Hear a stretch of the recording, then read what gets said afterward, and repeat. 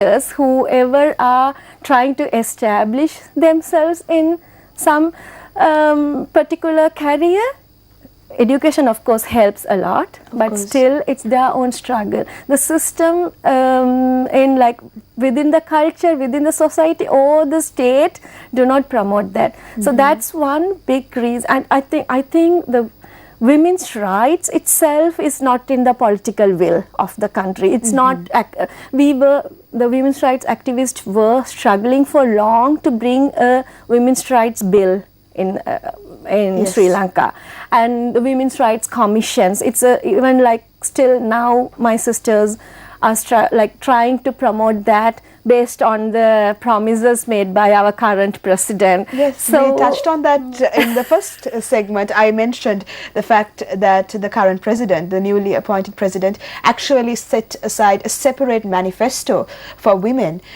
giving 15 commitments that he will fulfill to uplift the status of women in the country. So let's talk about that particular manifesto. Is it really addressing the issues at hand if it is implemented?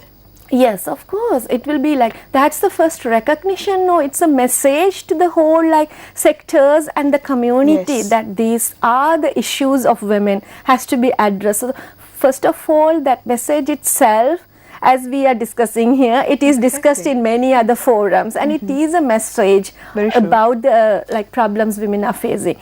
And that for me, that higher level commitment translated into laws and policies and systems and structures, that will be a drastic change, and that can be a very good big opening for women in this country.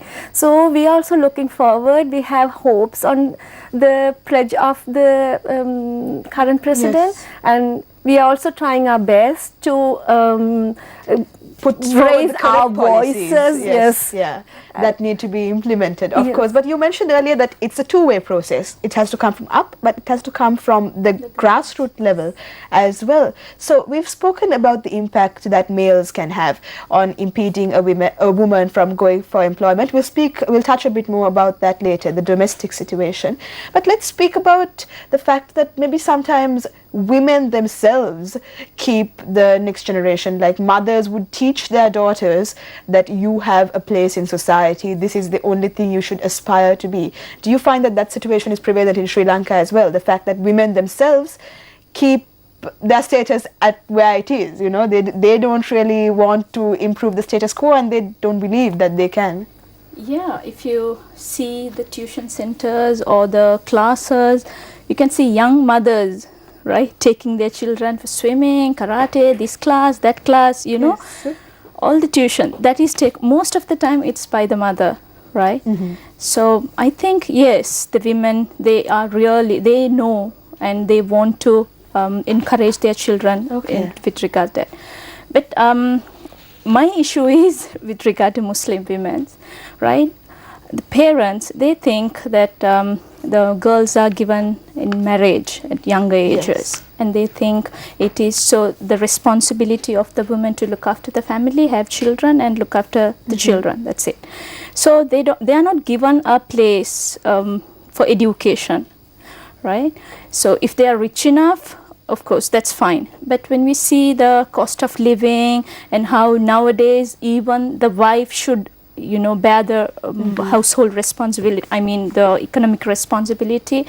And when you, in Islam it says it is the duty of both men and women to search knowledge, right? But it is totally denied for Muslim women, it is most of the, in general, right? Why? So is it the religion? Definitely not. Then what? Then, as you asked, is there any patriarchal thing that is restricting women? Yes, it is in our community. That is there. I don't see that patriarchal discrimination among other communities. Another thing that affects women's education, what I see is, like, I think I'd say poverty, right? Because of poverty in Anuradhapura Polonnaruwa, young girl child, they are given in marriage and they are stopped from school, and as you said, they have to look after as Madiha was saying, they have to look after their family, the siblings, younger ones, and you can see 13-year, 14-year-old cooking for the whole family, right? So that is also, I think, through education, it is very important to educate women, right? To know that they have a right to, educate Education. themselves. Yes. So if they are denied in their parents, and we have to educate, give awareness for the parents as well. So then that will lead to, a rich community, a Exactly. society. Yeah, Where everyone participates That's in right. the education So of that- the girl child. That's right. That brings more skills, I guess. Like, for example, in North, there was in the private sector, there was an interview, right? Job opportunities for about 1,000 people. The applications from women, only 100 odd. Oh, I And see. whereas in the agricultural sector, for 100 odd jobs, there were 16,000 applications, right? So actually we have to provide according to their need. As Yes. Vasi was saying, there's no point that you have money, you have fun, government give boats, government give bikes, government give these sewing machines. It's not going to help them too. So to empower women, you really need to go do the research, find out their problems, and give solution for the problems. Yes. Yeah. And it's very important that women themselves speak out and, fight for their rights. Now, I'm sure there are some males who might be watching the program who are not maybe very happy about seeing 3 women speaking up about these issues, but they should be. And it's very important for the he for she concept as well. The fact that men should also be there to help their mothers, to help their wives, to help their daughters gain an equal status in society. So again, these are so many other things that need to be considered as well. But we see that that's not the case. Now, Vasuki, during the break, you just mentioned the fact that violence has been a hallmark of, the women, especially of the northern and eastern provinces, not just the war that had been going on there for 30 years. We can't forget that. But also the fact that violence continues even at a domestic level, doesn't it? Yes. So that's another fact we have. Sri Lanka is having 60% domestic violence prevalence in the country, and this is a research happened few years back, and we don't have current sort of data available, but in reality, in our experience, violence is very high. The women in domestic sphere experience a lot of physical violence as well as a lot of psychological violence. So it's obvious that a person, an individual who lives in fear, you wanted to stop war in the country, you wanted to stop the violence in the country. For what? You wanted the people to enjoy their freedom and grow, like they have to develop themselves, you have to be like, but then like you are not like applying the same equation to the families, the household.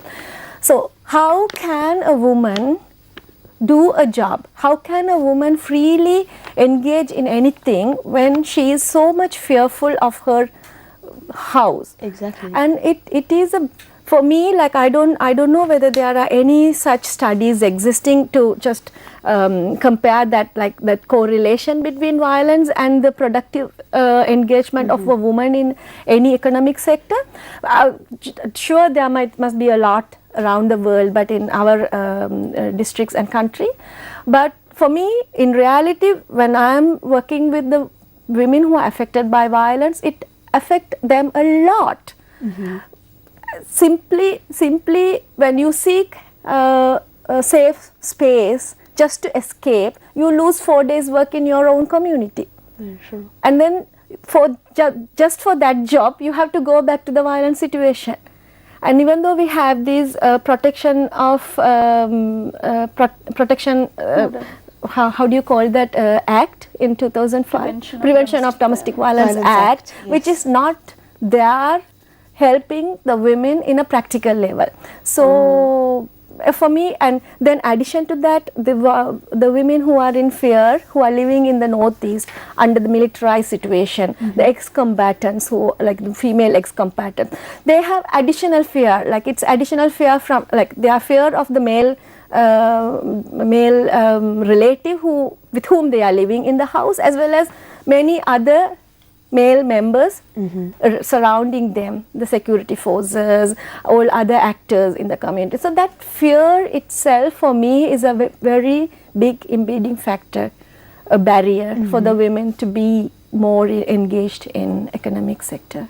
I see. And Madiha, I'm sure that like Vasuki mentioned, it's not just in Sri Lanka that the problem of domestic violence is seen. I mean, I'm sure that in your work as well, you've seen throughout women of all communities from all countries, even the Western world, actually, what we call developed countries, domestic violence is quite prevalent as well. And the problem, is it the fact that women are not really coming forward and complaining about these things either, that they're not speaking up against it, because the law enforcement structure that's there, especially in developing countries, is not really open to them coming forward and complaining. So do you think that's a problem here in Sri Lanka as well as South Asian countries in general? The fact that part of the challenge of domestic violence is that it happens there again, and I think in South Asia and even generally, there's that difference between what is public and what is private.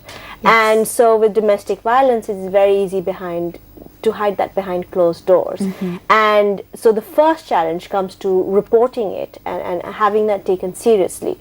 And in fact, you will find that domestic violence is not necessarily only with those who are disadvantaged, it actually crosses class and income barriers. So in a lot of places, it's about the mindset. So who do you report to? So let's say the very first thing is, and I believe there's been research in India about just implementing things like the proper checklist. So when a woman goes to a police station, so a woman who has suffered violence, if she goes to a police station and she is faced with men with absolutely no training, yes, what is the environment that she goes to? And what is the recourse that she have if all they do is say, yes, this is a report, and then she has to go back to the same situation. So on the one hand, there's a reporting and the training of the people who report that Very information. important, yes. But then what is the safe space and safe haven? Because your home, a lot of times it is about, it's a long process, right? Domestic violence is not necessarily a one-off incident. You're made to feel cut off from other opportunities and choices. So what else do? Your children are at home. A lot of your income, or whether through customary or through law, a lot of your financial resources are tied up back. So where do you go? Where do you have access to the resources? And even if the law moves in the correct way, it takes time. yes, So it is about all encompassing. And in South Asia, one of the challenges we have, it comes back to custom and religion also, is the whole, this is the woman's role, she spoke out, therefore she is not perhaps behaving in an appropriate way, and that puts her at further risk. yes, There's that whole control of women in the public sphere. So I think it's multi-layered, it's quite challenging, and I think women activists have been trying to address it across these different spectrums. So from reporting to how the situation is dealt with, to how the law deals with it, and of course safe havens, and of course a much wider range of things, just to make sure. I mean, it will be a work in progress. I don't think that we're at that stage yet where we know exactly how to reduce it, but yes. at least get it out, talk about it, make it less taboo, raise that awareness that this is an issue that definitely needs addressing. Exactly, and to make domestic violence a taboo, not speaking up about it, but the violence itself. It's very important, because that's just one way, that the easiest way for the male of the house to sort of subdue the woman, and it's just unacceptable in today's context, but it still happens. So when it comes to the steps that women themselves can take, that even now let's say someone is watching at home and someone wants to help, woman, man, male, female, it doesn't matter. If someone wants to help, what are the steps that they can take to really bring this message out to the masses, and to, like I said earlier, to make it taboo for violence to happen, to make it taboo to prevent a woman from pursuing the education she wants to pursue? What can be done? Vasuki? I come to Hassan as well. I think it has to come through, it has to be internalized by people, and it can only happen through education, media, and a lot of messages goes into the minds through media and education. Yes. And so there has to be a very positive messages in regard to the women. And in like if I cite very direct linkages between the employment and violence, domestic violence, many of the domestic violence victims or survivors are violated due to the suspicion of the man, because she is interacting with men in the workspace, or like the boss can be a male, anyone, like workers you can't separate, no? So that attitude in a change, a woman talking to a man doesn't mean that you have a relationship, and so a lot of attitude in a changes has to happen, and that's definitely, and those attitudes are also created through the education and media, no? So it's personal, and that personal journey has to be facilitated through the messages coming into the individuals. And it's lot, we are like women's rights activists, we rely on media, and this is a good opportunity. You have opened up this discussion here, and we encourage the media, we actually request the media to be more sensitive of these issues, the messages the media is giving, as well as we have to do a lot work with the education, what messages we give. And so for me, that's like small things we can do, massive things have to come through the massive institutions. And so for me, like that has to happen soon as possible. Of course it does. And just one point I would add, just an example, so how this education system is bringing up us. In grade, I'm not sure, grade 1 or 2, the book, there's a picture, My Family, right? It's a very famous quote, right? Said the father is sitting there watching TV, right? The image. And the mother is cooking. There's a lady, that's a mother, she's cooking. And then the grandfather on the sofa lying down reading a newspaper. And grandmother cutting vegetables. And the boy, little child, he's playing a ball. And the girl, she is watering the garden. Right, so that kind of sums up everything, doesn't it? That's happened in our society. So that reflects our mindset. So if somebody asks what's wrong in it, the child cannot understand. Yes, it is. My brother plays, my mother cooks, my father. It's but see the depth of